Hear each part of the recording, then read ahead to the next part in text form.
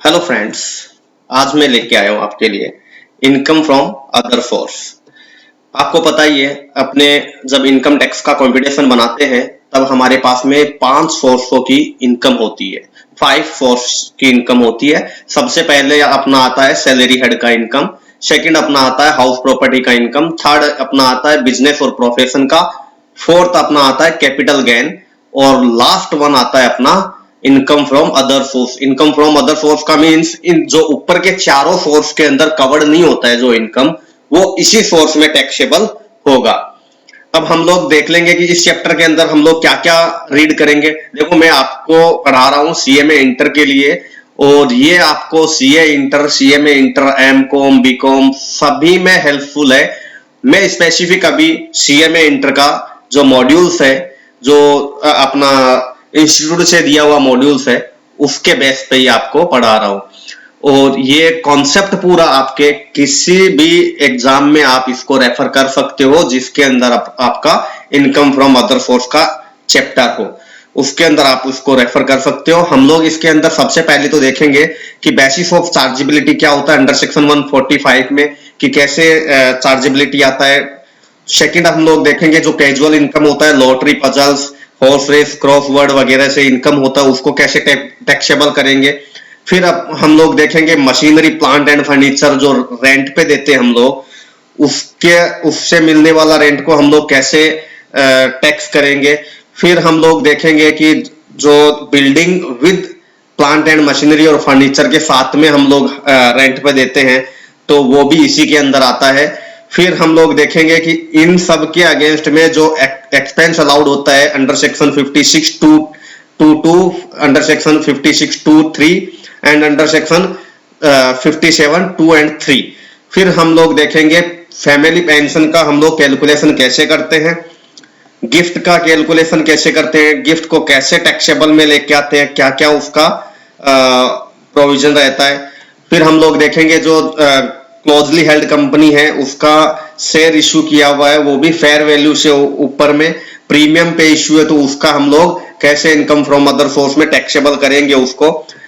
हम लोग इसमें यह भी जानेंगे कि कंपेंसेशन के ऊपर जो इंटरेस्ट मिलता है, जैसे कंपेंसेशन देने में जो डिले हुआ उसके कारण हमें इंटरेस्ट मिलता है, या कंपेंसेशन दिया और उसको फिर इनहांस किया, मींस जितना कंपेंसेशन पहले दिया हुआ था उसको बढ़ा के फिर से कंपेंसेशन हमें अलाउड हुआ, मींस हमें रिसीवेबल है, उसके ऊपर जो इंटरेस्ट मिलने वाला है। क्योंकि देखो, आज के दिन सपोज करो हमें कंपेंसेशन मिला था 5 लाख का, लेकिन हम लोगों ने केस किया, कुछ भी किया, उसके बाद में हमें कंपेंसेशन मिला 8 लाख का। तो जो 5 लाख और 8 लाख के बीच में जितना टर्म्स गया ना, हमारा जितना ड्यू होना गया उस पर इंटरेस्ट मिलने वाला है, उसको हम लोग अंडर सेक्शन 56 के अंदर हम लोग चार्जेबिलिटी लेके अंदर लेके आएंगे। इंटरेस्ट ऑन सिक्योरिटी, सिक्योरिटी के ऊपर जो इंटरेस्ट लगता है वो डिविडेंड के ऊपर टैक्सेबल आता है, उसको कैसे टैक्स करेंगे। फिर हम लोग देखेंगे डीम्ड प्रॉफिट। अब सबसे पहले हम लोग देखते हैं कि इसके अंदर टैक्स कौन सी इनकम होगी। देखो, अंडर सेक्शन 56(1) क्या बोलती है कि कोई भी ऐसी इनकम जो एग्जम्प्ट नहीं है, कोई भी ऐसी इनकम जो कि एग्जम्प्टेड नहीं है, और दूसरा कोई ऐसे हेड में नहीं है, जो ऊपर के 4 हेड मैंने बताया, income from salary, income from house property, business और प्रोफेशन एंड कैपिटल गेन के अंदर टैक्सेबल नहीं है, उसके अंदर ये क्या होगा, टैक्स आएगा किसमें, इनकम फ्रॉम अदर सोर्स के अंदर। तो आप लोगों को समझना होगा कि ऊपर के 4 हेड के अंदर वो इनकम नहीं आए, और दूसरा वो एग्जम्प्ट भी नहीं होना चाहिए, तो हम लोग क्या बोलेंगे कि टैक्सेबल है। अब इसमें लिखा रहता है कि रिसीट है कब टैक्सेबल होगी, कौन कौन सी सेटिस्फाई करनी चाहिए, जो मैंने ऊपर बता दिया। तो इसमें लिखा हुआ है such receipt shall be taxable income, means exempt नहीं होना चाहिए, टैक्सेबल इनकम होना चाहिए। फिर such income does not specifically fall under one of the other 4 head of income, जैसे salary, income from house property, profit and profit on profession and business पे, और capital gain में। इनमें चारों में जो नई आएगी, फॉल नहीं करेगी, वो इनकम टैक्सेबल किस में होगी, वो होगी इनकम फ्रॉम अदर सोर्स में। और इनके अलावा भी देखो, अब ना हम लोगों को अंडर सेक्शन 56(2) के अंदर एक लिस्ट दिया हुआ है कि ये लिस्ट में ये भी, ये जो लिस्ट में दिया हुआ वो सारी इनकम किसमें टैक्सेबल होने वाली है, इनकम फ्रॉम अदर सोर्स में। लेकिन ये एग्जॉस्टिव लिस्ट नहीं है, मींस ऐसा नहीं है कि इसके बाहर कोई भी इनकम है, जैसे इनको छोड़ के कोई भी इनकम है वो इनकम फ्रॉम अदर सोर्स में आ नहीं सकती है, क्योंकि ये एग्जॉस्टिव लिस्ट नहीं है, ये केवल जो मेन है वो दी हुई है। इसके लिए आप ध्यान रखना, कल को आप ये लिस्ट को लर्न कर लो और फिर बोलो कि नहीं इनके अलावा कुछ भी होगा वो इनकम फ्रॉम अदर सोर्स में नहीं आएगा, नहीं उसके अलावा भी आएगा, लेकिन एग्जॉस्टिव लिस्ट नहीं है ये। केवल इसमें इतना दिया हुआ है कि ये सब इनकम है वो हम लोग इनकम फ्रॉम अदर सोर्स के अंदर टैक्सेबल करेंगे। अब देखो इसके अंदर लिखा हुआ है lay down the list of income which are specifically taxable under this head, मतलब स्पेसिफिकली ये किसमें होएगा, इनकम फ्रॉम अदर सोर्स के अंदर ही टैक्स होएगा। ये इनकम जो मैं बता रहा हूं अभी जो बता रहा हूं 56(2) के अंदर, वो सारी इनकम केवल इनकम फ्रॉम अदर सोर्स के अंदर ही टैक्सेबल हो सकती है। और इस लिस्ट के अलावा भी काफी इनकम होगी जो कि बिजनेस रिलेटेड में, बिजनेस और प्रोफेशन के हेड जैसी इनकम लगेगी लेकिन टैक्सेबल इसके अंदर होएगी, हाउस प्रॉपर्टी हेड जैसी लगेगी लेकिन टैक्सेबल इसमें होएगी, वो हम लोग आगे बात कर लेंगे। अभी तो 56(2) के अंदर जो स्पेसिफिकली दिया हुआ है कि ये स्पेसिफिकली इसी हेड के अंदर टैक्सेबल होने वाली है, वो इनकम कौन सी है वो देख लेते हैं। सबसे पहले dividend, second number casual income जो कि विनिंग फ्रॉम लॉटरी है और क्रॉसवर्ड वगैरह है, गिफ्ट का कि गिफ्ट जो भी मिलने वाला है वो किसमें टैक्सेबल होगा, इनकम फ्रॉम अदर सोर्स में, वो ऊपर के चारों हेड में किसी में भी नहीं जाएगा, केवल इनकम फ्रॉम अदर सोर्स में ही आएगा। ऐसे ही डिविडेंड है, डिविडेंड ऊपर के चारों हेड में किसी में नहीं जाएगा, इनकम फ्रॉम अदर सोर्स में टैक्सेबल होगा। कैजुअल इनकम है वो भी ऑलवेज टैक्सेबल किसमें होगी, इनकम फ्रॉम अदर सोर्स में ही होगी। फिर जो शेयर प्रीमियम है, मैंने बताया कि फेयर मार्केट वैल्यू से यदि कोई एक्सेस अमाउंट हम लोग ले लेते हैं या कंपनी ले लेती है, वो उसका इनकम फ्रॉम अदर सोर्स के अंदर उसको टैक्सेबल किया जाता है 56(2)(4)(7)(b) के अंदर। फिर income by way of interest compensation हो कि जो इनहांस कंपेंसेशन था उसके ऊपर हमें लेट मिलने के, डिले होने के कारण जो इंटरेस्ट मिला वो भी किसमें टैक्सेबल होने वाली है, इनकम फ्रॉम अदर सोर्स में। ये मैं अभी जो इनकम बता रहा हूं वो स्पेसिफिकली किसमें टैक्सेबल होगी, इनकम फ्रॉम अदर सोर्स में। ध्यान रखना ये स्पेसिफिकली किसमें टैक्सेबल होगी, ये इनकम फ्रॉम अदर सोर्स के अंदर ही होगी। फिर इसने बोला कि कुछ पैसा मिलता है ऐसे कि जैसे एडवांस मनी मिलता है किसी प्रॉपर्टी के अगेंस्ट में और वो फॉरफिटेड कर लिया जाता है, मींस उस प्रॉपर्टी का फाइनल डील नहीं होता है और जो एडवांस पैसा दिया हुआ था उस शर्त पे दिया हुआ था कि फाइनल डील होगा तो ये पैसा एडजस्ट हो जाएगा सेल अमाउंट के अंदर, नहीं तो ये फॉरफिटेड हो जाएगा। तो वो इनकम भी किसमें टैक्सेबल होने वाली है, इनकम फ्रॉम अदर सोर्स के अंदर होने वाली है। तो मैंने अभी तक 6 इनकम ऐसी बताई है जो कि स्पेसिफिकली किसके अंदर होने वाले, इनकम फ्रॉम अदर सोर्स के अंदर ही टैक्सेबल होने वाली है। फर्स्ट अपना इनकम था डिविडेंड का income always income from other source के अंदर ही टैक्सेबल होगी। सेकंड इनकम कैजुअल इनकम, वो भी ऑलवेज टैक्सेबल होगी इनकम फ्रॉम अदर सोर्स के अंदर। थर्ड अपना था गिफ्ट का इनकम, जो भी गिफ्ट मिलता है किसी से वो सारा टैक्सेबल किसके अंदर होने वाला है, इनकम फ्रॉम अदर सोर्स के अंदर होने वाला। मैं अभी जो बता रहा हूं वो specifically income from other source के अंदर टैक्सेबल होने वाली है, वो इनकम बता रहा हूं अभी, ठीक है।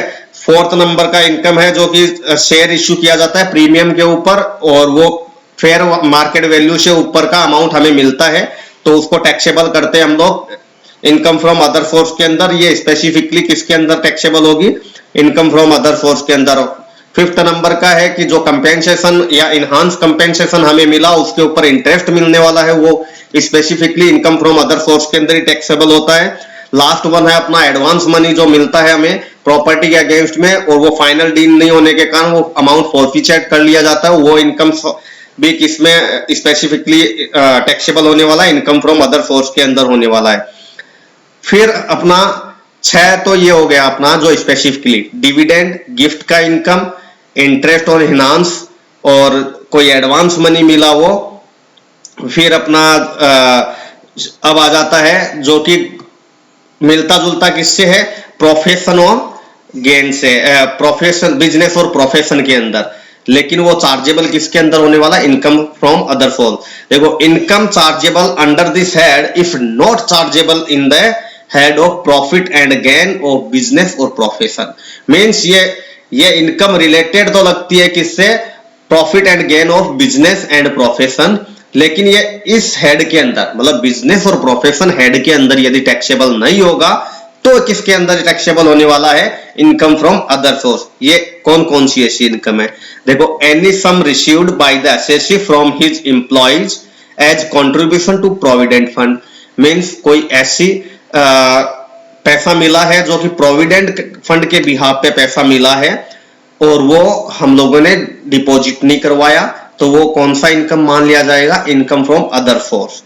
फिर इंटरेस्ट ऑन सिक्योरिटीज, कोई सिक्योरिटीज पे इंटरेस्ट मिला है तो वो भी किस पे मान लिया जाएगा? यदि सपोज करो कोई आदमी है वो बिजनेस करके रखा है एज ए बैंकर का, मींस वो सिक्योरिटी परचेज करता है और सिक्योरिटी सेल करता है, उसके ऊपर उसको इंटरेस्ट मिलता है, या वो ऐसा इंटरेस्ट का बिजनेस कर रहा है, मींस इंटरेस्ट को कमाने का बिजनेस कर रहा है, तो उसके हाल में तो क्या होगा? Profit and gain on business और प्रोफेशन उस हेड में टैक्सेबल होती है। लेकिन ऐसा बिजनेस नहीं करता है तो वो कौन से हेड में उसके आ जाता है? इनकम फ्रॉम अदर सोर्स में।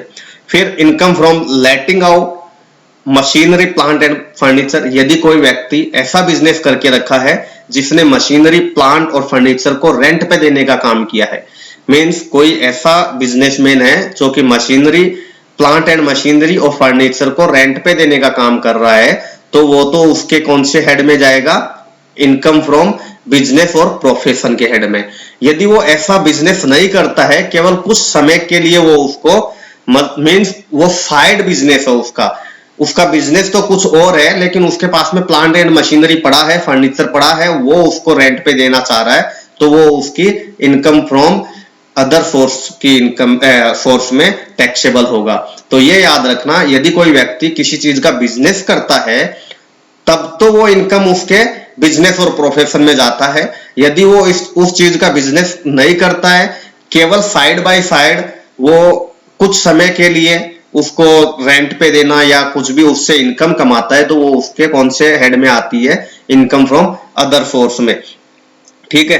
फिर कंपोजिट रेंट, क्योंकि ऐसा रेंट जैसे कोई लैंड एंड प्रॉपर्टी रेंट पे देता है तो उसका इनकम जाता है हाउस प्रॉपर्टी के अंदर।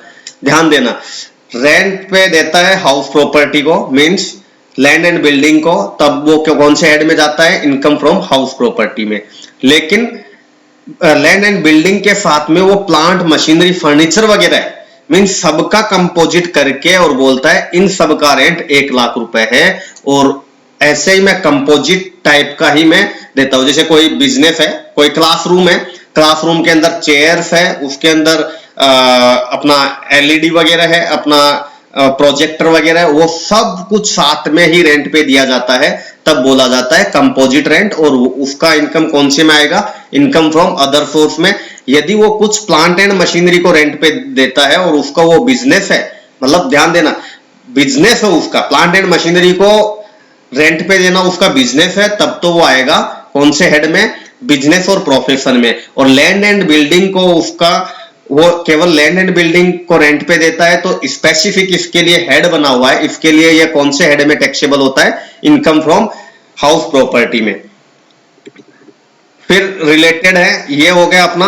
और कुछ ऐसा income chargeable under this head if not charge under the profit and gain of business और प्रोफेशन और under the salary head, means कुछ ऐसा इनकम है जो कि या तो आपके प्रोफेशन, बिजनेस और प्रोफेशन में टैक्सेबल हो सकता था या आपके सैलरी हेड में हो सकता था, लेकिन वो दोनों में ही टैक्सेबल नहीं हो रहा है, तो कौन से हेड में वो टैक्सेबल हो जाएगा? वो हो जाएगा आपके इनकम फ्रॉम अदर सोर्स में। जैसे एनी सम इंक्लूडिंग बोनस रिसीव्ड अंडर की मैन इंश्योरेंस पॉलिसी। अब देखो, की मैन इंश्योरेंस पॉलिसी लिया हुआ है किसी एम्प्लॉयर का या किसी व्यक्ति का, और उसके ऊपर पैसा मिला है, विद बोनस मिला है, तो उसको यदि टैक्सेबल वो सैलरी के अंडर में कर रहा है तब तो ठीक है, वो सैलरी के हेड के अंदर चला जाएगा। यदि वो बिजनेस और प्रोफेशन के अंदर उसको टैक्सेबल कर रहा है तब वो बिजनेस और प्रोफेशन में हो जाएगा टैक्सेबल। और यदि इन दोनों ही हेड के अंदर नहीं आ रहा है तो वो कौन से हेड में टैक्सेबल होगा? इनकम फ्रॉम अदर सोर्स में। की man insurance policy means a life insurance policy taken by a person on life of another person, means कोई एम्प्लॉयर अपने एम्प्लॉय, की मैन किसको बोलते हैं, जो उनको लगते हैं इंपॉर्टेंट ये मेरे वर्कर या एम्प्लॉय है, उनके ऊपर वो कि उनको कुछ भी हार्म हो तो वो उस पैसे से उसका एडजस्टमेंट कर सके, इसके लिए की मैन पॉलिसी लेके रखते हैं उनके। और ऐसे भी कोई व्यक्ति के ऊपर दूसरा पॉलिसी लेके रख सकता है, उसको की मैन इंश्योरेंस पॉलिसी बोला जाएगा। सेकंड अपना एनी कंपेंसेशन और अदर पेमेंट ड्यू टू और received by any person in connection with the termination of his employment of modification of the terms and condition related to, means कोई employment के कारण किसी को टर्मिनेशन का payment किया जाता है तो वो भी किस में आएगा, इनकम फ्रॉम अदर सोर्स के अंदर आ जाएगा। फिर apart from the following income are also chargeable under this head by virtue, means इन दोनों के अलावा हम लोगों ने 6 पॉइंट ऊपर देखे जो कि स्पेसिफिकली किसके अंदर टैक्सेबल होने वाले थे, जो इनकम फ्रॉम अदर सोर्स से होने वाले थे। उसके बाद में हम लोगों ने 6 पॉइंट और देखे जो कि उसमें से 2 पॉइंट थे ऐसे जो बिजनेस और प्रोफेशन के अंदर टैक्सेबल हो सकते थे, लेकिन वो बिजनेस और प्रोफेशन के अंदर टैक्सेबल नहीं होने के कारण किसके अंदर आ गए, इनकम फ्रॉम अदर सोर्स में।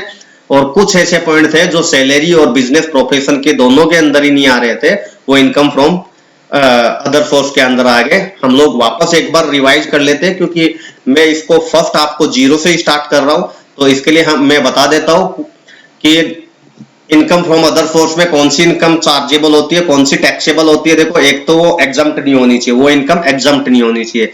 दूसरा उसका है कि वो ऊपर के चारों हेड के अंदर कवर्ड नहीं होनी चाहिए, जैसे इनकम फ्रॉम सैलरी, वो सैलरी की इनकम नहीं होना चाहिए, वो हाउस प्रॉपर्टी का इनकम नहीं होना चाहिए जो कि स्पेसिफिकली हाउस प्रॉपर्टी हेड के अंदर हम लोग पढ़ते हैं, वो बिजनेस प्रोफेशन का इनकम नहीं होना चाहिए जो कि हम लोग बिजनेस प्रोफेशन के अंदर पढ़ते हैं, वो इनकम कैपिटल गेन का नहीं होना चाहिए कि जो कि हम लोग कैपिटल एसेट को सेल आउट करके कैपिटल गेन का कैलकुलेशन करते हैं, वैसा टाइप का चारों टाइप का वो इनकम नहीं होना चाहिए। वो कौन से हेड के अंदर टैक्सेबल होने वाला है, इनकम फ्रॉम अदर सोर्स के अंदर। अब हम लोग देखते हैं कि ये तो हो गया, हम लोग चारों हेड की बात कर रहे हैं कि इन चारों के अंदर कवर नहीं होना चाहिए, लेकिन कुछ इनकम ऐसी है जो कि specific income from other source के लिए ही बनी है, मींस वो कुछ भी हो जाए वो इनकम फ्रॉम अदर सोर्स में ही टैक्सेबल हो सकती थी। वो होती है सबसे पहले डिविडेंड का इनकम, सेकंड होता है कैजुअल इनकम। कैजुअल इनकम हमारा आता है winning from lottery, winning from horse race, ये इनकम हमारा किसमें आता है, कैजुअल इनकम में। थर्ड हमारा आता है कि जो गिफ्ट मिला उसको टैक्सेबल किसमें करेंगे, इनकम फ्रॉम अदर सोर्स में। ये स्पेसिफिकली बता रहा हूं मैं आपको 6 इनकम ऐसी जो कि इनकम फ्रॉम अदर सोर्स में टैक्सेबल होने वाली है। फोर्थ नंबर का शेयर प्रीमियम अमाउंट जो कि फेयर मार्केट वैल्यू से ऊपर मिला हो, तो वो भी किसके अंदर होनी चाहिए, इनकम फ्रॉम अदर सोर्स के अंदर। फिफ्थ नंबर का मैं बता रहा हूं कि जो कंपेंसेशन या इनहांस कंपेंसेशन हमें मिला और उसके ऊपर हमें इंटरेस्ट मिला डिले पेमेंट के कारण, वो हमारा इनकम फ्रॉम अदर सोर्स के अंदर ही स्पेसिफिकली कवर्ड होगा। 6 नंबर का मैं आपको बता रहा हूं कि जैसे कोई प्रॉपर्टी है उसके अगेंस्ट में हमें एडवांस अमाउंट मिला है और वो फोरफिचेट कर लिया गया है क्योंकि फाइनल डील कंप्लीट नहीं होने के कारण वो अमाउंट फोरफिचेट कर लिया गया है, वो इनकम टैक्सेबल किसमें होगी, इनकम फ्रॉम अदर सोर्स के अंदर। फिर हम लोग बोलते हैं कि ऐसी इनकम है जो कि बिजनेस और प्रोफेशन के अंदर कवर्ड नहीं हो रही है या टैक्स नहीं लग रहा उसके अंदर, वो इनकम फ्रॉम अदर सोर्स के अंदर टैक्सेबल होगी। वो कौन कौन सी 4 इनकम है कि जो कि हम लोग सोच रहे थे कि बिजनेस प्रोफेशन में हो सकती थी, लेकिन वो हो रही किसमें, इनकम फ्रॉम अदर सोर्स में। जैसे फर्स्ट मेरा कि प्रोविडेंट फंड के अंदर कोई एम्प्लॉय का कंट्रीब्यूशन है, वो एम्प्लॉयर के पास में पड़ा रहता है, एम्प्लॉयर के वो पैसा मिला है और उसने डिपॉजिट नहीं करवाया, तो वो पैसा किसके अंदर हो जाएगा, इनकम फ्रॉम अदर सोर्स के अंदर उसका एम्प्लॉयर का इनकम मान लिया जाएगा। सेकंड कि कोई सिक्योरिटीज वगैरह है उसके ऊपर इंटरेस्ट मिला है, तो वो भी इनकम फ्रॉम अदर सोर्स के अंदर कवर्ड हो जाता है। थर्ड नंबर का कि जो लेटिंग आउट करते हैं प्लांट एंड मशीनरी और फर्नीचर, उससे यदि रेंट मिलता है तो वो भी इनकम फ्रॉम अदर सोर्स का हो जाता है। लेकिन ध्यान रखना, यदि प्लांट एंड मशीनरी और फर्नीचर को कोई भी एसएससी का ये बिजनेस है तो वो किस में जाएगा, वो उसके बिजनेस इनकम में जाएगा, बिजनेस और प्रोफेशन में जाएगा। यदि उसका ये रेंट पे देना बिजनेस नहीं है तो वो इनकम फ्रॉम अदर सोर्स के अंदर कवर्ड होगा। फोर्थ नंबर का कंपोजिट रेंट। कंपोजिट रेंट हम लोग उसको बोलेंगे जैसे कोई लैंड एंड बिल्डिंग है वो with plant and machinery furniture वगैरह के साथ में ही रेंट डिसाइड किया हुआ, उसको बोलेंगे हम लोग कंपोजिट रेंट। वो भी इनकम फ्रॉम अदर सोर्स के अंदर कवर्ड होगा। फिर ऐसा इनकम जो कि सैलरी और बिजनेस प्रोफेशन के अंदर कवर्ड हो सकता था लेकिन उसको टैक्सेबल नहीं किया गया उस हेड में, तो वो इनकम फ्रॉम अदर सोर्स के अंदर कवर्ड होगा। जैसे फर्स्ट हमारा keyman insurance policy with bonus. Keyman insurance policy किसको बोलेंगे? जब एक पर्सन दूसरे पर्सन के बिहाफ पे कोई इंश्योरेंस लाइफ इंश्योरेंस लेता है तो उसको कीमैन इंश्योरेंस पॉलिसी बोला जाता है। ये मोस्टली एम्प्लॉयर अपने एम्प्लॉय के ऊपर लेता है। एम्प्लॉयर अपने एम्प्लॉय के लिए कीमैन इंश्योरेंस पॉलिसी लेता है, उसको हम लोग बोलते हैं कीमैन इंश्योरेंस पॉलिसी। उससे मिलने वाला पैसा इनकम फ्रॉम अदर सोर्स के अंदर कवर्ड हो जाएगा।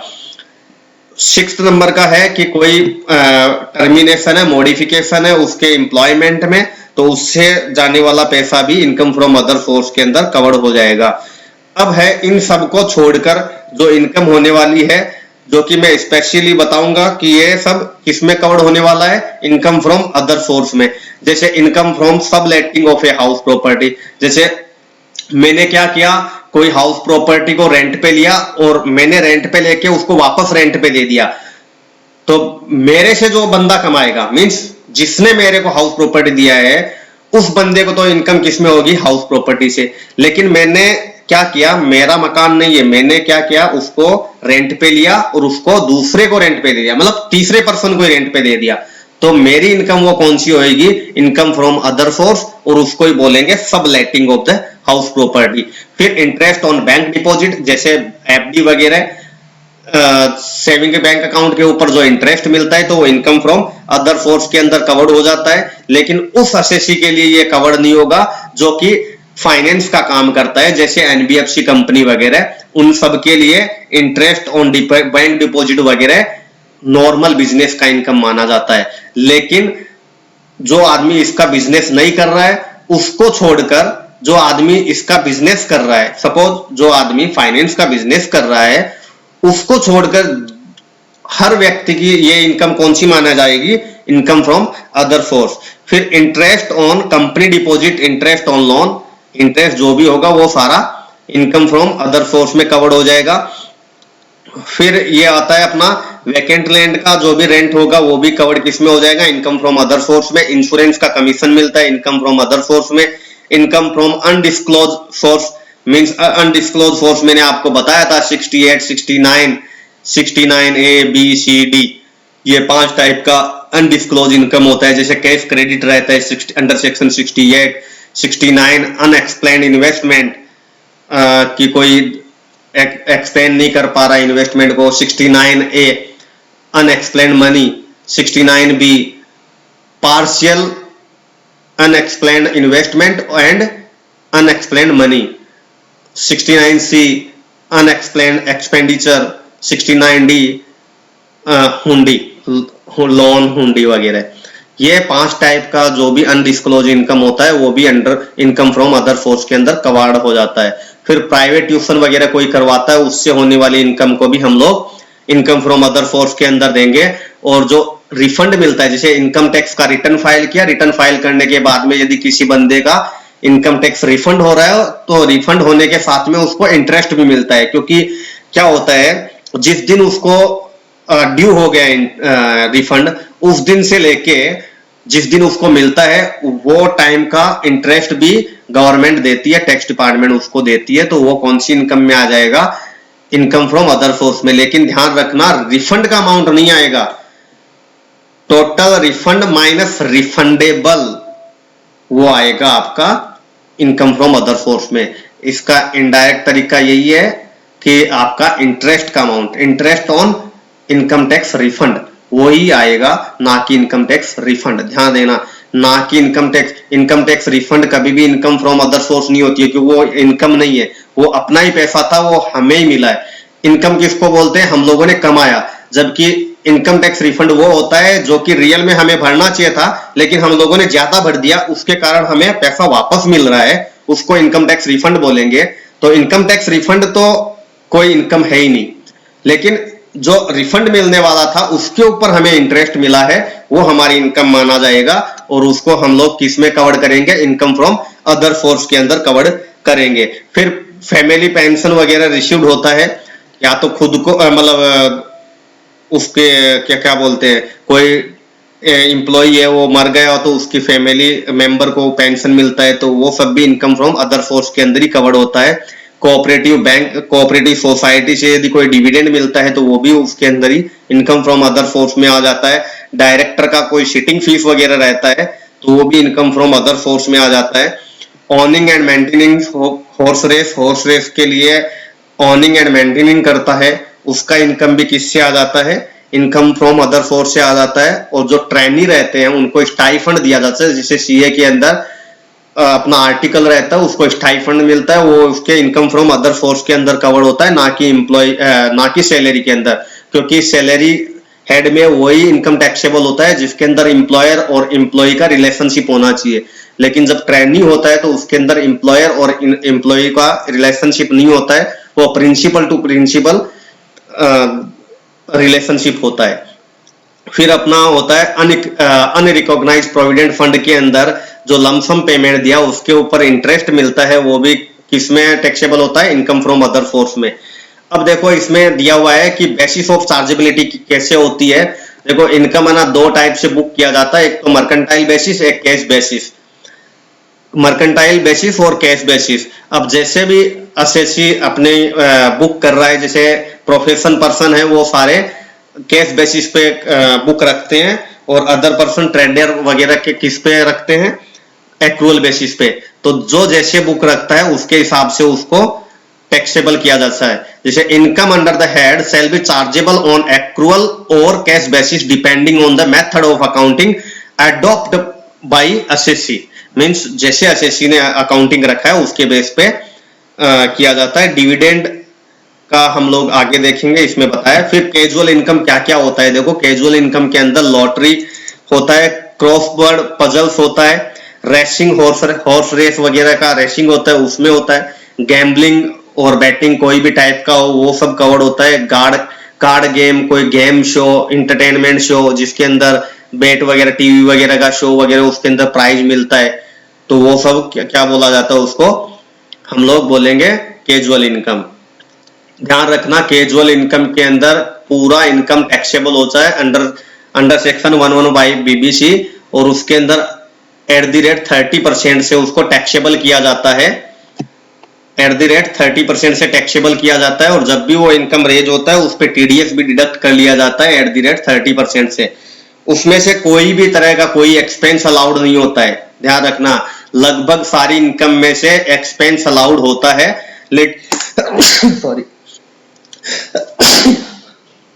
सॉरी लेकिन कैजुअल इनकम में से कोई भी एक्सपेंस अलाउड नहीं होता है, और उसके अंदर under section 80C to 80U का भी कोई डिडक्शन नहीं मिलता है।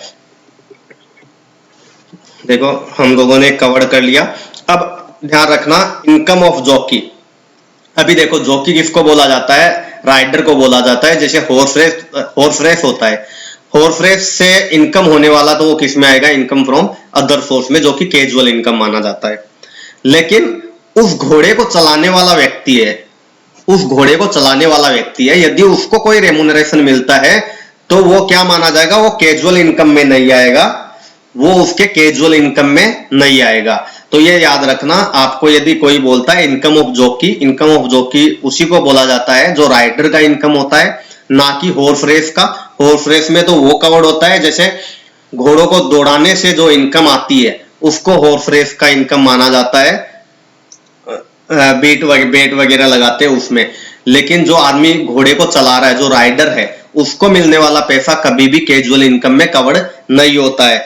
दूसरा होता है winning from motor car rally, means जो कार रेसिंग वाले वगैरह रहते हैं तो उसके अंदर जो गाड़ी को चला रहा है उस बंदे का इनकम, क्योंकि वो इसका स्किल है, स्किल एफर्ट वगैरह है, तो इसके लिए ये इनकम उसके कैजुअल इनकम में कवर्ड नहीं होता है, ध्यान रखना। लेकिन जो कार रेसिंग से होने वाला इनकम होता है, मींस जो बेट वगैरह लगाता है, उसका कैजुअल इनकम में कवर्ड होता है।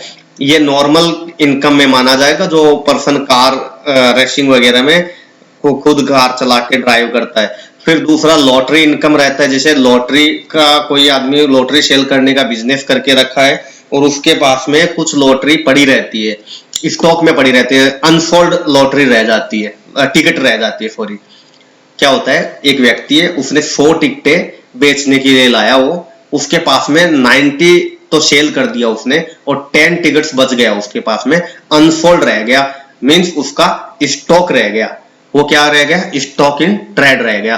अब यदि उन 10 में से किसी के अंदर लॉटरी लगा है, ध्यान रखना, जो सेल कर दिया और जिस व्यक्ति ने खरीदा और उनको लॉटरी लगता है, तो वो उनके कौन से इनकम में आएगा, कैजुअल इनकम में।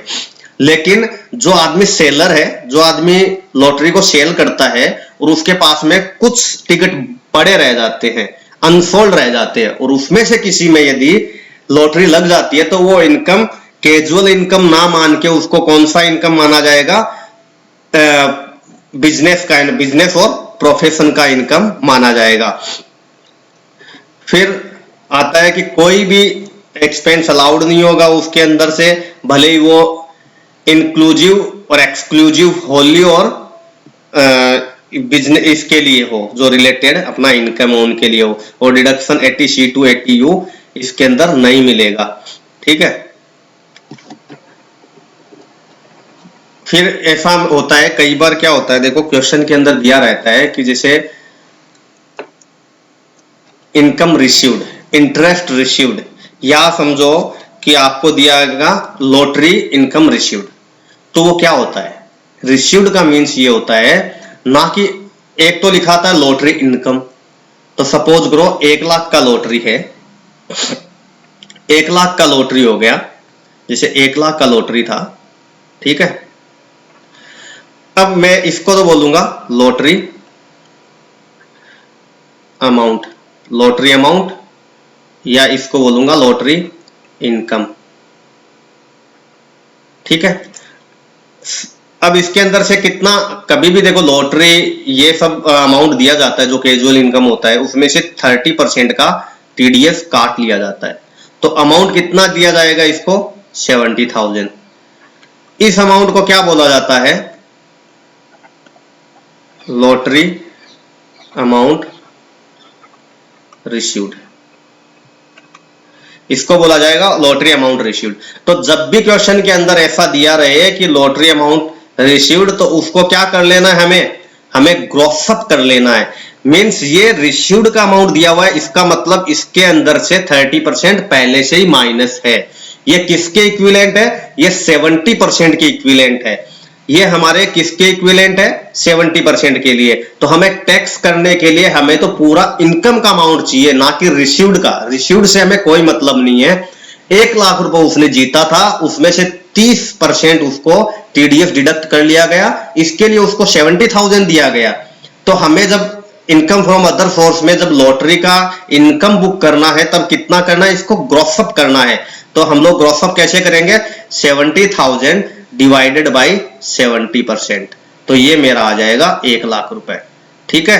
तो ये थोड़ा सा ध्यान देना कि कभी भी under section 194B and BB ये कौन कौन सा हो, हॉर्स रेस और लॉटरी का इनकम, इनको ऑलवेज यदि 10,000 से प्लस है, यदि लॉटरी का इनकम है, लॉटरी का इनकम है वो यदि 10,000 से अबो है, या हॉर्स रेस का इनकम है सामने वाले को तो वो 10,000 से ऊपर है, तो उसमें क्या करेगा, 30% से टीडीएस काट लेगा। जो भी लॉटरी देने वाला है, जो कि इनाम देने वाला है, वो क्या करेगा, उसका लायबिलिटी क्या आता है कि 30% वो टीडीएस काट ले। तो वो सपोज करो 20,000 का लॉटरी था, किसी ए करके कोई बंदा है उसको लगा, तो उसको पैसा कितना दिया जाएगा, 14,000 ही दिया जाएगा, क्योंकि 30% उस पर टीडीएस काट लेगा सामने वाला, 6,000 रुपए टीडीएस काट लेगा। क्यों काट लेगा, क्योंकि ये 10,000 से अबो चला गया है। यदि ये लॉटरी का इनकम 10,000 से बिलो होता तो उसको ग्रॉस अप करने की जरूरत नहीं पड़ती है, ये ध्यान रखना। हॉर्स रेस लॉटरी का इनकम यदि 10,000 से बिलो था तो उसको ग्रॉस अप करने की जरूरत नहीं। क्यों नहीं, क्योंकि उस पर टीडीएस कटा ही नहीं, तो ग्रॉस अप करना ही क्यों। और 10,000 से ऊपर इनकम है तो उसको ग्रॉस अप क्यों करना पड़ता है, क्योंकि उसके ऊपर जो इनाम देने वाला है, जो लॉटरी का इनकम जो जीतने वाला उसको देने वाला है, वो उस पे क्या करेगा, टीडीएस काट लेगा। टीडीएस काट लेगा, इसके लिए हमारे हाथ में जो रिसीव्ड होगा वो पैसा कम मिलेगा, जो कि रियल में इनकम था उससे कम मिला। जैसे इधर 20,000 था लेकिन मिला कितना, 14,000। तो ये ए बोल देगा मेरा तो इनकम 14,000 है। बोलेंगे नहीं नहीं बाबा नहीं, तेरा 6,000 रुपये तो काट लिया था, जो कि तेरे को लॉटरी का इनकम जिधर से लगा है उधर काट लिया था। तो तेरा रियल में इनकम कितना है, 6,000 तो जो टीडीएस काटा था वो, और 14,000 रुपये तेरे हाथ में आया वो। ऐसे करके 20,000 रुपये तेरे हाथ में टैक्सेबल होगा। और इसको ग्रॉसअप कैसे करते हैं, जितना अमाउंट मिला, अमाउंट रिसीव्ड और डिवाइडेड बाई 100 माइनस 30% अपना क्या था, टीडीएस था, तो ये आ जाएगा 70%। आप याद रखना चाहो तो कैजुअल इनकम के केस में ऑलवेज क्या होता है, 70% नीचे रख देंगे तो अपना ग्रॉसअप हो जाएगा। अब आ जाओ आगे। अब हम लोग देखेंगे कि कौन से दो केस है जिसके अंदर हमारा ग्रॉसअप नहीं करना है। एक तो यदि विनिंग का लॉटरी से विनिंग का अमाउंट 10,000 से ऊपर नहीं है, और हॉर्स रेस और लॉटरी से विनिंग का अमाउंट 10,000 से ऊपर नहीं है, तो हमें क्या करना है, ग्रॉसअप नहीं करना है। मतलब 10,000 से बिलो है तो ग्रॉसअप नहीं करना है। या फिर हमारा जैसे हॉर्स रेस नहीं हो के केमल रेस हो। कई बार क्वेश्चन में ना आपको ऐसे कंफ्यूज करने के लिए क्या दिया जाता है कि केमल रेस से income from winning from camel race, तो आपको उसको ग्रॉसअप नहीं करना है, क्योंकि ये स्पेसिफिकली दिया हुआ है कि हॉर्स रेस से विनिंग होगा वो ही आपके कैजुअल इनकम में कवर होगा, ना कि केमल रेस से। तो आपको ध्यान रखना, यदि केमल रेस से अमाउंट दिया हुआ है तो आपको ग्रॉसअप नहीं करना है।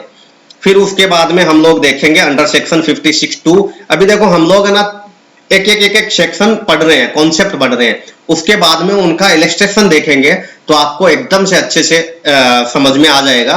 और आपको हो सकता है एक बार में समझ में नहीं आए, आप इस चैप्टर को ना 2-3 बार एक बार देख लो मेरे वीडियो को, और आप अपने हाथ से भी करके देखो तो आपको आराम से समझ में आएगा। इनकम फ्रॉम मशीनरी प्लांट और furniture let out on hire. मैंने आपको बताया था कि यदि प्लांट एंड मशीनरी और फर्नीचर को यदि लेट आउट किया हो तो वो क्या होगा, इनकम फ्रॉम अदर सोर्स में कवर होगा, यदि उसको बिजनेस प्रोफेशन का नहीं है। देखो, income from letting of machinery plant and machine furniture on hire is charged to tax under this head if such income is not chargeable under the head of profit and gain of business और profession. मतलब business और profession का income नहीं है, और ये business और profession का इनकम कब होगा, जब वो एसएससी जो व्यक्ति यदि मशीनरी प्लांट एंड मशीनरी और फर्नीचर को रेंट पे देने का ही काम करता हो तो वो क्या माना जाएगा, उसका बिजनेस और प्रोफेशन माना जाएगा। यदि वो ऐसा काम नहीं करता है, मींस रेंट पे देने का काम नहीं करता है, उसका स्पेसिफिक बिजनेस ये नहीं है, तो ये माना जाएगा इनकम फ्रॉम अदर सोर्स। तो ये ध्यान में रखना कि यदि बिजनेस और प्रोफेशन में कवर नहीं हो रहा तो वो किस में कवर होगा, इनकम फ्रॉम अदर सोर्स में। दूसरा, कंपोजिट रेंट का मैं बात करूं तो आपका जैसे बिल्डिंग के साथ में है ना, आपका प्लांट एंड मशीनरी और फर्नीचर और साथ में यदि रेंट पे दिया हो तो हम लोग बोलेंगे ये कंपोजिट रेंट है, और ये इनकम फ्रॉम अदर सोर्स में कवर्ड होगा यदि ये इनकम फ्रॉम बिजनेस और प्रोफेशन में कवर्ड नहीं हो रहा है। अब बिजनेस और प्रोफेशन में कब कवर्ड होता है, यदि वो स्पेसिफिकली यही बिजनेस करता हो, कोई एसएससी कोई व्यक्ति ऐसा ही बिजनेस करता हो कि वो ऐसा टाइप का रेंट पे देने का, मतलब उसका एम ही यही है कि मैं प्लांट एंड मशीनरी और फर्नीचर इसके साथ में, घर के साथ में या बिल्डिंग के साथ में रेंट पे देने का ही काम करता है वो, तो उसके तो बिजनेस प्रोफेशन में आता है। मतलब उसका ऑब्जेक्ट यही है, उसका बिजनेस का ऑब्जेक्ट यही है कि वो रेंट पे देने का काम करे, तो उसके तो बिजनेस प्रोफेशन में आएगा। यदि उसका ऑब्जेक्ट ऐसा नहीं है तो वो इनकम फ्रॉम अदर सोर्स के अंदर कवर्ड हो जाएगा। अब इसमें दिया हुआ है कि कौन सा हम लोग मानेंगे। देखो, if letting of such building alone is acceptable, then income from letting out is taxable under the head of income from house property। मैंने आपको पहले ही बोला था, यदि सेपरेटली बिल्डिंग को जैसे प्लांट एंड मशीनरी फर्नीचर को साथ में नहीं दे और केवल ना बिल्डिंग को ही रेंट पे दे, तो उसको तो दिया हुआ है इनकम फ्रॉम हाउस प्रॉपर्टी में कि स्पेसिफिकली ये तो आपके किसमें होगा taxable, income from house property में। जैसे डिविडेंड इनकम ऑलवेज किसमें टैक्सेबल होगा, ऑलवेज आपका टैक्सेबल होगा इनकम फ्रॉम अदर सोर्स में। तो वैसा ही ये है। और दूसरा ये दिया हुआ है कि सेपरेट देने का मतलब ये नहीं है कि किसी का रेंट सेपरेट डिसाइड कर दे तो हम लोग बोलेंगे उसको सेपरेट रेंट पे दिया हुआ है तो ये उसके हाउस प्रॉपर्टी में चला जाएगा, ऐसा कुछ नहीं है। फिर ये बोला हुआ है कि इन सबका यदि कोई आदमी बिजनेस करता है, जैसे कंपोजिट रेंट वगैरह उसको मिलता है, तो उसके पीछे उसका रिपेयर का खर्चा भी जाता है, रिपेयर का प्लांट एंड मशीनरी का भी जाता है, और इंश्योरेंस वगैरह भी करा के रखता है सामने वाला जो ओनर है। सपोज मैंने ना प्लांट एंड मशीनरी और फर्नीचर को किराए पे देने का मीन्स मैं किराए पे दे के रखा है, बिजनेस नहीं है मेरा ये, लेकिन मैंने किराए पे दे के रखा है, लेकिन मैं प्लांट एंड मशीनरी का इंश्योरेंस तो करवाऊंगा ही ना, और जब भी उसको प्लांट एंड मशीनरी में कुछ प्रॉब्लम होता है उसको रिपेयर तो करवाऊंगा ही ना मैं, उस पर डेप्रिसिएशन तो क्लेम करेंगे ही ना। तो जो भी व्यक्ति उसको यूज करता है उसको डेप्रिसिएशन क्लेम करने को मिलता है। तो इन सब इनकम में से कौन कौन से खर्चे अलाउड होंगे, वो सारे खर्चे अलाउड होंगे जैसे कि बिजनेस और प्रोफेशन के अंदर अलाउड होते हैं। कौन कौन से खर्चे अलाउड होते हैं, देखो बिजनेस और प्रोफेशन के अंदर करंट टाइप का रिपेयर, मींस रिपेयर ऐसा होना चाहिए जिसका इंड्योरिंग बेनिफिट लॉन्ग टाइम के लिए नहीं हो। जैसे आप कोई बिल्डिंग है उसका रिपेयर करवाया केवल कंटिन्यूटी रहने के लिए, ना कि उसका कैपेसिटी एक्सपेंड करने के लिए। जैसे कोई वॉल है, वॉल के अंदर मैंने क्या किया, उसको थोड़ा सा किधर से टूट गया था, उसका रिपेयर करवाया मैंने, तो उसको बोलेंगे हम लोग करंट रिपेयर। लेकिन वो बिल्डिंग को मैंने ऊपर एक और रूम बना दिया, उस बिल्डिंग के मैंने एक और रूम बना दिया, तो उसको हम लोग बोलेंगे कैपिटल रिपेयर। वो हमारा एक्सपेंस अलाउड नहीं होगा।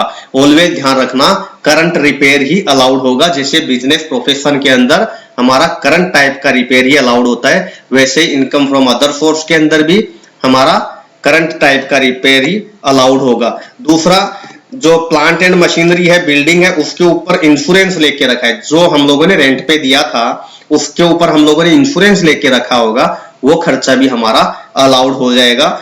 उस प्लांट एंड मशीनरी बिल्डिंग के ऊपर डेप्रिसिएशन भी अलाउड हो जाएगा, और उस पर यदि कोई अनऑब्जर्व डेप्रिसिएशन भी रह गया हो तो वो भी हमारा अलाउड हो जाएगा। और कोई ऐसा एक्सपेंस जो कि होली एक्सक्लूसिव फॉर उनके लिए हुआ है, मतलब प्लांट एंड मशीनरी के लिए हुआ है, लेकिन वो ऊपर कवर्ड नहीं हुआ है, जैसे करंट रिपेयर में कवर्ड नहीं हुआ, वो इंश्योरेंस में कवर्ड नहीं हुआ, वो डेप्रिसिएशन में कवर्ड नहीं हुआ हो, लेकिन वो रेवेन्यू टाइप का एक्सपेंस है, तो वो अलाउड हो जाएगा हमारा, वो भी एक्सपेंस हमारा अलाउड हो जाएगा। हम लोग एक दो इलस्ट्रेशन करेंगे तो आपको समझ में आएगा। फिर हमारा इनकम आता है फैमिली पेंशन का। फैमिली पेंशन के अंदर क्या होता है कि कोई व्यक्ति है, उसके लीगल हेयर को एम्प्लॉयर, जैसे कोई एम्प्लॉयर है, उसका एम्प्लॉय था, उसका डेड हो गया, मतलब उसका डेथ हो गया। अब उसने क्या किया, फैमिली पेंशन दिया कि उसका फैमिली अच्छे से चला सके वो। तो जो फैमिली पेंशन किसी को मिलता है अपने किसी रिलेटिव, या जैसे कोई लड़के को मिला, उसके फादर रिलायंस में काम कर रहे थे और रिलायंस से उसको फैमिली पेंशन मिला, तो वो उसके हाथ में टैक्सेबल होगा, लेकिन कुछ अमाउंट का डिडक्शन उसको मिलता है। उसको कितना अमाउंट का डिडक्शन मिलता है, जो उसको पेंशन मिला, फैमिली पेंशन का अमाउंट मिला, उसका 1/3 और पूरे साल का 1/3, ध्यान रखना पूरे साल का 1/3, जितना भी उसको पूरे साल में पेंशन मिला है उसका 1/3 और 15,000 विच एवर इज लोअर का अमाउंट हमें डिडक्शन में मिल जाएगा। देखो इसका मीनिंग क्या होता है, family pension means a regular monthly amount, regular मिलना चाहिए, मंथली मिलना चाहिए, payable by the employer to a person belonging to the family of deceased employee. और किसको मिलेगा, या तो उसके विडो को मिलेगा, मतलब जैसे कोई लेडीज काम करती थी उसके हस्बैंड को, हस्बैंड काम करता था उसकी वाइफ को, और legal heir of disease employ या उसके बच्चे को। टैक्सेबल का कैसे ट्रीटमेंट होगा, देखो बोला फैमिली पेंशन किसमें कवर होता है, इनकम फ्रॉम अदर सोर्स में, और उसका डिडक्शन कैसे मिलने वाला है, minimum of 1/3 of such pension और 15,000, मैंने आपको बता ही दिया। फिर उसके बाद में ये बोल रहा है कि आपका यदि कोई लमसम पेंशन मिलता है कोई लीगल हेयर को या विडो को, ये तो हो गया मंथली पेंशन, ये कवर्ड हो जाएगा हमारा फैमिली पेंशन वाले में, और उसका डिडक्शन का मैंने बता दिया 1/3 ऑफ पेंशन और 15,000 whichever is lower this amount is deductible. ठीक है, या फिर आपको लमसम कोई अमाउंट मिलता है या एक्स ग्रेशिया मिलता है किसी लीगल हेयर को या विडो को, तो वो फुल्ली एग्जम्प्ट होगा, वो टैक्सेबल नहीं होगा। और वो कब नहीं होगा? जब वो सर्विस में था, जिसे कोई लेडी है उसका हस्बैंड सर्विस में था और सर्विस के टाइम पे उसका डेथ हो गया। ठीक है, जैसे lump sum payment made gradually by way of compensation और अदरवाइज टू विडो और other legal heir of the employee who dies while still in service is not taxable। और एक्स ग्रेशिया का तो जो अपना किसने दिया, सेंट्रल गवर्नमेंट ने दिया, स्टेट गवर्नमेंट ने दिया है, या लोकल अथॉरिटी ने दिया, या पब्लिक सेक्टर अंडरटेकिंग ने दिया है, तो क्या माना जाएगा? वो टैक्सेबल नहीं माना जाएगा, फुली एग्जम्प्ट माना जाएगा। हम लोग इलस्ट्रेशन नंबर 1 देख लेते हैं, जो कि हमारा रिलेटेड है किससे? हमारा फैमिली पेंशन से है, तो आपको ऊपर का पूरा समझ में आएगा। देखो सुंदर है, वो 31 जुलाई 2021 को मतलब डेड हो गया उसका, और सेंट्रल गवर्नमेंट का उसका सर्विस था, मतलब सेंट्रल गवर्नमेंट के अंदर वो सर्विस करता था। अब उसके जो रूल था उसकी सर्विस का, उसके अकॉर्डिंग उसकी वाइफ को फैमिली पेंशन मिल रहा है 10,000 पर मंथ, और डियरनेस अलाउंस मिल रहा है, डीए मिल रहा है उसको 40% ऑफ। अभी देखो उसको 10,000 तो मिला, सपोज 10,000 तो उसको मिल रहा है एज ए पेंशन का, फैमिली पेंशन का क्या मिल रहा है? 10,000 प्लस 40% ऑफ डीए, तो 40% किसका डीए होएगा? 10,000 का। तो उसको फैमिली पेंशन का कितना अमाउंट मिल रहा है? टोटल 14,000। और उसको कब से मिलेगा?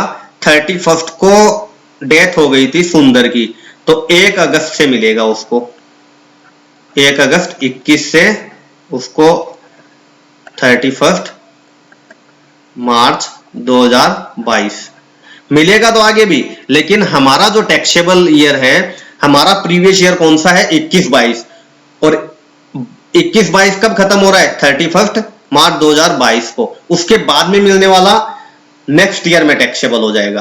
तो ये कितना मंथ हो गया? ये हमारा हो गया 8 महीने। तो देखो, और अभी इसने लिख दिया computation of gross total income of miss सुंदर। सुंदर का तो होगा नहीं, क्योंकि सुंदर तो एक्सपायर्ड हो गया, डेथ हो गया उसका। तो किसके हाथ में टैक्सेबल होने वाला है? जिसको मिलेगा, जिसको फैमिली पेंशन मिलने वाला है उसके हाथ में टैक्सेबल होगा। लेकिन उसका कुछ रूल है कि 1/3 ऑफ फैमिली पेंशन और 15,000 विच एवर इज लोअर का डिडक्शन मिल जाएगा, और उसके बाद में जो भी अमाउंट बचेगा वो टैक्सेबल हो जाएगा। जैसे सबसे पहले तो हम लोगों ने लिख लिया computation of gross total income of miss सुंदर फॉर द असेसमेंट ईयर। कौन से असेसमेंट ईयर के लिए कर रहे हैं हम लोग? असेसमेंट 22-23, क्योंकि फाइनेंशियल ईयर 21-22 के लिए हम लोग टैक्स कैलकुलेट कर रहे हैं, और कौन से असेसमेंट ईयर में? 22-23 में। और 21-22 प्रीवियस ईयर, इस इनकम टैक्स की लैंग्वेज में बोलते हैं प्रीवियस ईयर, फाइनेंशियल जो पिछला फाइनेंशियल ईयर उसको। तो वो कभी खत्म हो रहा है प्रीवियस ईयर? 31 मार्च 2022 को। 10,000 उसको मिल रहा था, प्लस उसको 40% ऑफ 10,000 और मिल रहा था, तो ऐसे करके उसको 14,000 का अमाउंट मिल रहा था फैमिली पेंशन का। कितने महीने तक मिला? देखो 1 अगस्त 2021 से लेके 31 मार्च 2022 तक मिल रहा है उसको, 8 महीने मिला उसको। तो ऐसे टोटल हमारा हो जाता है 1,12,000। फिर उसमें से हमें डिडक्शन देना है, स्टैंडर्ड डिडक्शन है ये, 1/3 ऑफ कितना? 1,12,000, 1/3। ठीक है, ये अमाउंट आता है 37,333। और जो स्टैट्यूटरी लिमिट है हमारा कितना? 15,000 पर एनम। तो इन दोनों में से कम कौन सा है? उसका डिडक्शन मिलेगा। इन दोनों में से कम है 15,000, इसका हमें डिडक्शन मिला, तो टैक्सेबल कितना आया? 97,000। 1,12,000 में से 15,000 का डिडक्शन मिल गया, 97,000 मेरा हो गया टैक्सेबल इनकम, टोटल इनकम। फिर हम लोग मानेंगे, इसने बोला है कि अदर इनकम इसका नील माना गया, इसके लिए उसका टैक्स भी नील आ जाएगा। ये हो गया फैमिली पेंशन वाला। अब हमारा आ जाएगा 56 to 10, सबसे इंपॉर्टेंट गिफ्ट का, कि किसी को गिफ्ट मिलता है, जिसे गिफ्ट देने वाला है उसको टैक्स आएगा क्या? उसको टैक्स नहीं आएगा। लेकिन जिसको गिफ्ट मिलने वाला उसको टैक्स आएगा क्या? हाँ आएगा। उसको गिफ्ट जिसको गिफ्ट मिलेगा उसको इनकम फ्रॉम अदर सोर्स के अंदर वो अमाउंट टैक्सेबल हो जाएगा। अब कैसे टैक्स करेंगे वो हम लोग देख लेते हैं। जैसे फर्स्ट हम लोग देख रहे हैं कि उसको कोई मनी मिली, मींस उसको पैसा वैसा मिला, कैश में या काइंड में, कैश में या काइंड में उसको कुछ मिला, तो वो कैसे टैक्सेबल करेंगे? देखो प्रीवियस ईयर के अंदर उसको कैश मिलता है, चेक मिलता है, ड्राफ्ट मिलता है, एक या एक से अधिक, एक या एक से अधिक मींस ऐसा भी हो सकता है जैसे मेरे को किसी से 10,000 का गिफ्ट मिला, किसी से 15,000 का मिला, किसी से 20,000 का मिला, किसी से 13,000 का मिला। उन सबको मिला लेना है, उन सबको मिला लेना है। जैसे किसी से 10,000 का मिला, किसी से 12,000 का मिला, किसी से 20,000 का और किसी से 30,000 का, तो ऐसे होके मेरा आ गया 72,000 कैश गिफ्ट मिला। ठीक है, तो सबसे पहले तो ध्यान रखना है कि कैश या काइंड में कोई गिफ्ट मिला उन सबको क्लब कर लेना है। प्रीवियस ईयर के अंदर जो भी कैश और काइंड के अंदर गिफ्ट मिला उसको क्लब कर लेना है। फिर ये मिला कैसे? विदाउट कंसिडरेशन, मींस हम लोगों ने इसके बदले में कुछ भी नहीं दिया सामने वाले को। गिफ्ट मिला हमें कैश में, लेकिन हम लोगों ने इसके बदले में कोई भी हमारी चीज वगैरह कुछ नहीं दी, ना तो सर्विस दी, ना गुड्स दिया, मतलब कुछ भी नहीं दिया, तो हमें विदाउट कंसिडरेशन मिला है। सेकंड थिंग, पहला तो हमें कुछ मिला है, कैश और काइंड में कुछ मिला है। सेकंड, हमें विदाउट कंसिडरेशन मिला है। थर्ड, उन सब का एग्रीगेट अमाउंट 50,000 से ऊपर है। तो तीन चीजें ध्यान रखना है। फर्स्ट, हमें मनी मिला कैश और काइंड में, और सबका क्लब कर लो, मतलब जिन जिन से मिला उनका सबका क्लब कर लिया। सेकंड, विदाउट कंसिडरेशन मिला है, मतलब उसके बदले में हम लोगों ने कुछ नहीं दिया। थर्ड, वो 50,000 से ऊपर मिला है। और तो कोई पूछेगा कि 50,000 से कम मिला तो वो टैक्स नहीं माना जाएगा, उसको इनकम नहीं माना जाएगा, इनकम फ्रॉम अदर सोर्स में कवर्ड नहीं होगा। ठीक है, तो देखो यहाँ पे extent of income, the whole of the aggregate value of such sum shall be considered as the income of the previous year, means ये सबको क्लब करने के बाद में उसका इनकम मान लिया जाएगा। Aggregate amount of cash gift received during the period shell be considered, means जो कैश में गिफ्ट वगैरह मिला उनको कंसीडर किया जाएगा। तो तीन चीजें ध्यान में रखना है, हमें विदाउट कंसिडरेशन के मिला है, हमें जिससे भी मतलब कैश, चेक, बैंक ड्राफ्ट वगैरह जैसे भी पैसा मिला है उन सबको क्लब कर लेना है। जैसे हो सकता है ना, कोई चेक दे दिया 20,000 का, भी कैश नहीं दिया, 20,000 का कैश दे दिया, किसी ने 5,000 का कैश दे दिया, किसी ने बैंक ड्राफ्ट दे दिया, उन सबको क्लब कर लेना है। और ये देख लेना है कि उसके बदले में कुछ दिया क्या, मतलब कंसिडरेशन है क्या? नहीं है, कंसिडरेशन भी नहीं है, विदाउट कंसिडरेशन है। और वो 50,000 से ऊपर है क्या? तो यदि 50,000 से ऊपर है और विदाउट कंसिडरेशन में कैश वगैरह मिला है, कैश, बैंक चेक या बैंक ड्राफ्ट, तो हमें क्या करना है? इनकम फ्रॉम अदर सोर्स में टैक्सेबल कर देना है। यदि 50,000 से बिलो है तो वो टैक्सेबल नहीं होगा। सेकंड, ये तो हमारा हो गया मनी के बारे में। सेकंड हमारा आ गया immovable property, land and building. Immovable property हमें मिला है, जैसे during the previous year such person has received immovable property. कोई इमूवेबल प्रॉपर्टी जैसे लैंड एंड बिल्डिंग हमें किसी से मिला है, विदाउट कंसिडरेशन मिला है। ये लैंड एंड बिल्डिंग कैसे मिला है? Without consideration. फर्स्ट, हमें कुछ लैंड एंड बिल्डिंग मिला है। सेकंड, हमें विदाउट कंसिडरेशन मिला है। थर्ड, उसका स्टाम्प वैल्यू 50,000 से ऊपर है। उसका स्टाम्प वैल्यू कितना है? 50,000 से ऊपर है। और वो जो मिलने वाला है उसके हाथ में कैपिटल असेट होना चाहिए। चार चीजें ध्यान रखना है।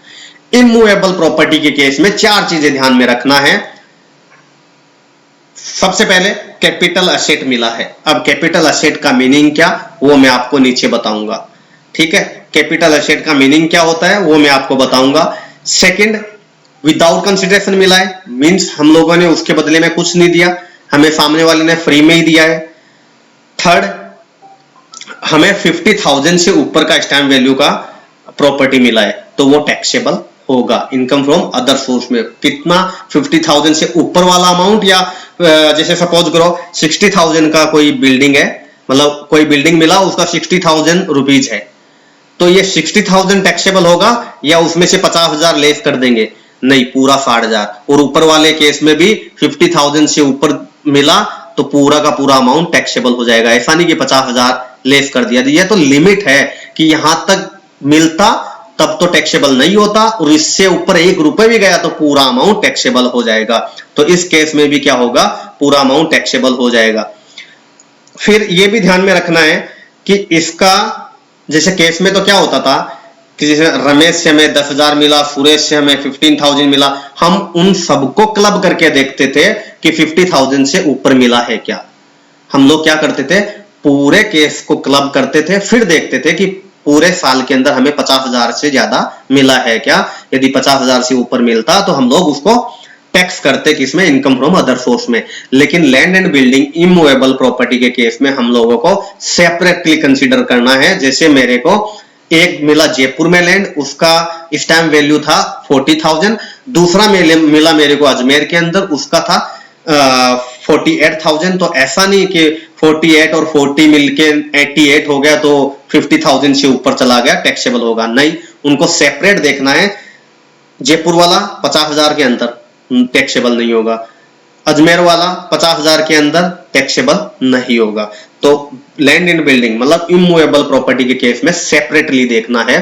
मनी के केस में, money means cash, cheque, bank draft, इनके केस में क्लब करके देखना है। मतलब पूरे साल में सभी व्यक्ति से मिला हुआ पैसे को क्लब करके देखना है, और यदि वो 50,000 से ऊपर है तो हमें टैक्सेबल करना है, नहीं तो नहीं। और land and building means immovable property के केस में हमें सेपरेटली देखना है। हर एक बिल्डिंग के पीछे देखना है कि ये 50,000, इसका स्टैम्प वैल्यू 50,000 से ज्यादा है क्या। यदि ज्यादा नहीं है तो भले ही 10 बिल्डिंग मिली है, हमारी टैक्सेबल नहीं होगी, ध्यान रखना। फिर एनी इमूवेबल, पहला तो हो गया विदाउट कंसिडरेशन मिला। अब हो सकता है कई बार किसी से पहचान वाला व्यक्ति है, जितना वैल्यू होना चाहिए था उतना वैल्यू नहीं ले रहा है। मींस क्या कर रहा है वो कि हमें कंसिडरेशन के बदले तो दे रहा है, कंसिडरेशन के बदले दे रहा है, लेकिन असेसिंग ऑफिसर सोचता है इसने जो रियल कंसिडरेशन होना चाहिए था उतने में नहीं दे रहा है। मींस स्टैम्प वैल्यू से वो उसका कंपेयर करेगा। तो सबसे पहले ऊपर वाला देखा विदाउट कंसिडरेशन था, अब हम लोग देख रहे हैं इमूवेबल प्रॉपर्टी मिल रहा है लेकिन कंसिडरेशन में मिल रहा है। तब भी हमें चेक करना पड़ेगा कि ये इनकम फ्रॉम अदर सोर्स में कब कवर्ड होगा। पहली बात तो कि प्रीवियस ईयर के अंदर हमें कोई प्रॉपर्टी मिल रहा है, उसके बदले में हम लोगों ने कंसिडरेशन दिया है, लेकिन हम लोगों ने जितना कंसिडरेशन दिया है उस कंसिडरेशन से स्टैम्प वैल्यू ज्यादा है। ध्यान रखना, स्टैम्प वैल्यू किसको बोलते हैं? जिसके अंदर हम स्टैम्प ड्यूटी भरते हैं, जिस वैल्यू के ऊपर हम लोग स्टैम्प ड्यूटी भरते हैं, जो कि गवर्नमेंट से प्रेस्क्राइब रहता है, टैक्स अथॉरिटी से, जो लोकल अथॉरिटी उनसे प्रेस्क्राइब रहता है, उसके हिसाब से स्टैम्प वैल्यू डिसाइडेड रहता है। यदि हम लोगों ने वो प्रॉपर्टी खरीदा था स्टैम्प वैल्यू से कम में, तो हमारा इनकम फ्रॉम अदर सोर्स हो जाएगा। सपोज हम लोगों ने खरीदा 5 लाख में, उसका स्टैम्प वैल्यू था 7 लाख, तो जो 2 लाख कम में खरीदा ना हमने ये 2 लाख रुपए कम में खरीदा ना, ये इनकम फ्रॉम अदर सोर्स हो जाएगा। लेकिन इसको 2 लाख को टैक्सेबल करने के लिए हमें 2 कंडीशन देखनी पड़ेगी। एक तो कि 50,000 का डिफरेंस है क्या, मींस इन दोनों का डिफरेंस यदि 50,000 के अंदर रहता, सपोज ये 5 लाख का मैंने खरीदा था और जो कंसिडरेशन स्टैम्प वैल्यू है उसका वैल्यू होता 5,49,000, तो हमें कौन सा वैल्यू लेना पड़ता? 5 लाख, और हमारे ऊपर इनकम फ्रॉम अदर सोर्स ये 49,000 कम दिया हम लोगों ने स्टैम्प वैल्यू से, इसको हम लोग इनकम फ्रॉम अदर सोर्स में नहीं लेते। ये कब लेते हैं? जब 50,000 से ज्यादा का डिफरेंस हो। मींस हमारा 5 लाख रुपए रियल में हम लोगों ने चुकाया किसी प्रॉपर्टी को खरीदने के लिए, और उसका स्टैम्प वैल्यू 5,50,000 से ज्यादा है। समझे आप? मतलब 50,000 से ज्यादा का डिफरेंस हो तब हम लोग जितना भी डिफरेंस होता है, मतलब पूरे डिफरेंस को हम लोग इनकम फ्रॉम अदर सोर्स में कवर कर लेते हैं। इलस्ट्रेशन देखेंगे समझ में आएगा। दूसरा हमें यह भी देखना है, कई बार क्या होता है कि 50,000 से सपोज ये था, ये समझो 10 लाख रुपए, हम लोगों ने कोई प्रॉपर्टी खरीदा 10 लाख रुपए का, और हम लोगों ने उसके ऊपर कितना पे किया, मतलब स्टैम्प ड्यूटी कितना था, 10,80,000। अब देखा जाए तो 50,000 से ज्यादा का डिफरेंस है, ठीक है, तो उसके हिसाब से तो 80,000 हमारा इनकम हो जाना चाहिए था, इनकम फ्रॉम अदर सोर्स से। लेकिन दूसरा कंडीशन और है कि आप ना एक कंडीशन और देख लेना कि आपका जो कंसिडरेशन है, रियल कंसिडरेशन हम लोगों का कितना है, 10 लाख, उसका 10% तो कितना होता है, 1 लाख। मीन्स 50,000 का तो देखना ही है, सबसे पहले देखना 50,000 का। अब हम लोगों ने देखा 50,000 वाला कंडीशन सेटिस्फाई हो गया, तो हम लोगों ने बोला अरे रे रे रे हो गया, तो ये जितना भी डिफरेंस हो वो इनकम फ्रॉम अदर सोर्स में जाएगा। लेकिन टैक्स डिपार्टमेंट ने बोला हम लोग ना आपको एक टॉलरेंस बैंड देते हैं कि आपका 10% तक फ्लैक्चुएशन हो सकता है। मींस आप ना जो स्टैम्प वैल्यू है उसके 10% बिलो तक आप लोग बेच सकते हो। तो इसका स्टैम्प वैल्यू का जो डिफरेंस था, जो रियल कंसिडरेशन है, उसका 10% कितना होता है, 1 लाख रुपए। मींस यदि 11 लाख रुपए तक स्टैम्प वैल्यू रहता ना, तब तक मेरा इनकम फ्रॉम अदर सोर्स नहीं आएगा, क्योंकि 10% के बिलो है टॉलरेंस बैंड। तो इस केस में क्या हो जाएगा, इस केस में ये 80,000 को इनकम फ्रॉम अदर सोर्स नहीं माना जाएगा, भले ही 50,000 से प्लस का डिफरेंस है। लेकिन दूसरा डिफरेंस ये भी देखना है कि 10% ऑफ कंसिडरेशन भी है क्या, मतलब 10% से भी ज्यादा जा रहा है क्या, 50,000 से ऊपर चला गया लेकिन 10% से भी ज्यादा है क्या, 10% से ज्यादा नहीं है तो छोड़ दो उसको, तो फिर हम लोगों का इनकम फ्रॉम अदर सोर्स नहीं माना जाएगा। अब ध्यान रखना, यदि कोई व्यक्ति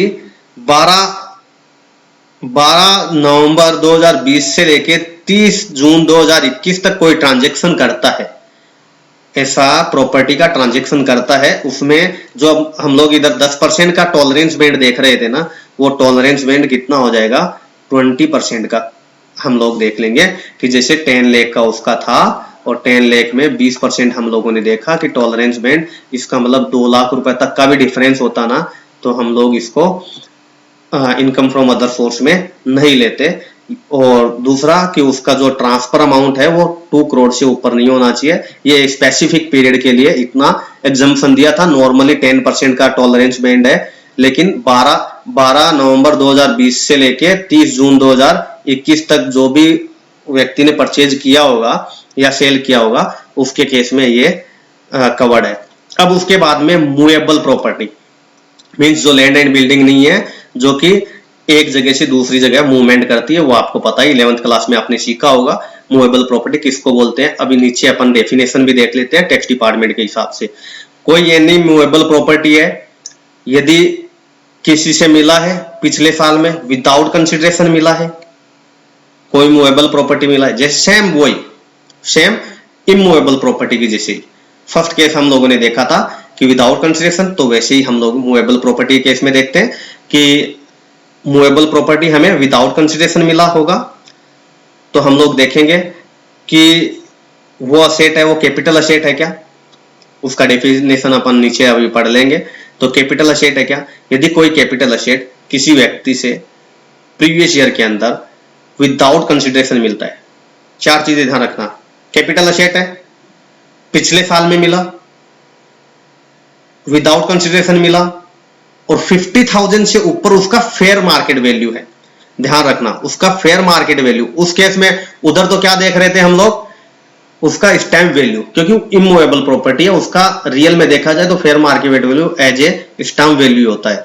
और मूवेबल प्रॉपर्टी के केस में हम लोग क्या देखेंगे, फेयर मार्केट वैल्यू। यदि फेयर मार्केट वैल्यू 50,000 से ऊपर है और विदाउट कंसिडरेशन में मिला है और कैपिटल असेट है, तो उसको क्या मान लिया जाएगा, इनकम फ्रॉम अदर सोर्स मान लिया जाएगा। ठीक है, अब हो ये पहला केस तो ये आ गया कि मूवेबल प्रॉपर्टी हमें विदाउट कंसिडरेशन मिला। सेकंड, हमें सपोज कैपिटल एसेट है, किसी पर्सन से हमें प्रीवियस ईयर के अंदर मिला और उसका जो डिफरेंस है, जैसे जितना कंसिडरेशन, सपोज हम लोगों ने अभी कौन सा केस देख रहे हैं, हम लोगों ने कुछ देख के कर परचेज किया है, मतलब कंसिडरेशन में हम लोगों ने खरीदा। जैसे कोई मूवेबल एसेट था, मूवेबल प्रॉपर्टी था, मूवेबल प्रॉपर्टी था, ज्वेलरी था, ज्वेलरी की बात कर रहे हैं हम लोग। हम लोगों ने क्या किया कि 2 लाख दिया था उसका, रियल में उसका फेयर मार्केट वैल्यू 3 लाख का था, तो हम लोगों ने कितना कम दिया उस पर, 1 लाख रुपए।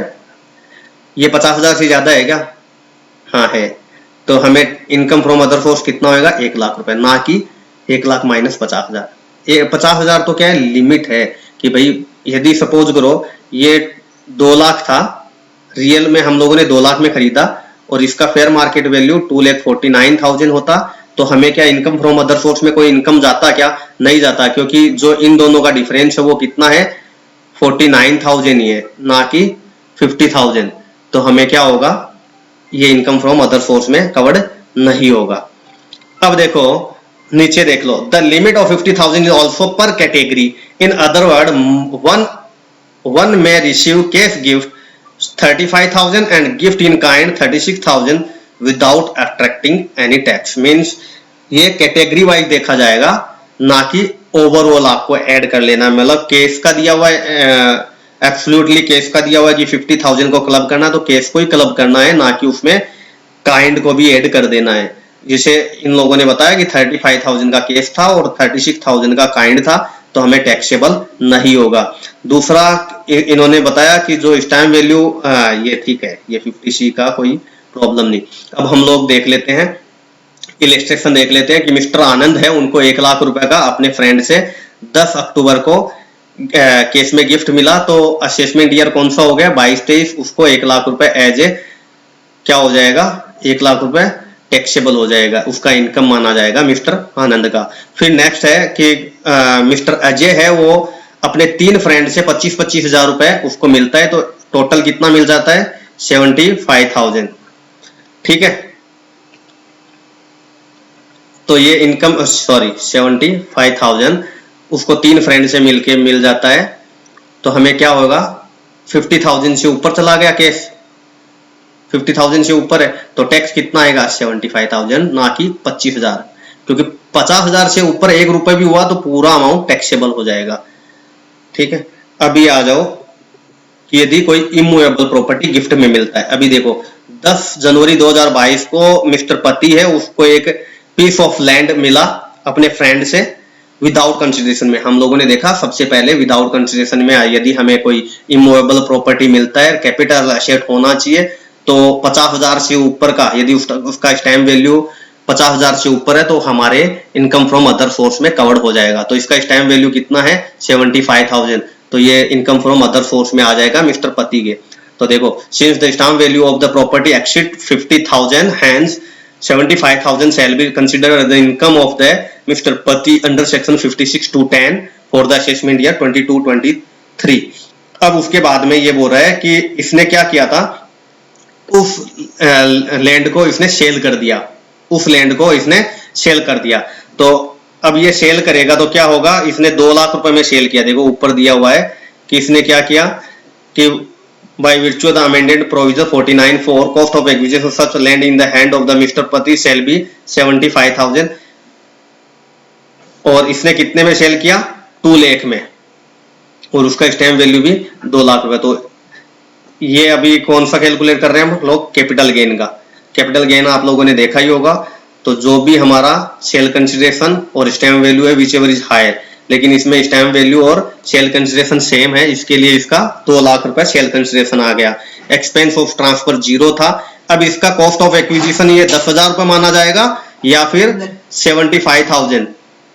तेरे रेखा फोन करिए है, ते कोई चीज मंगाई किसी पर से।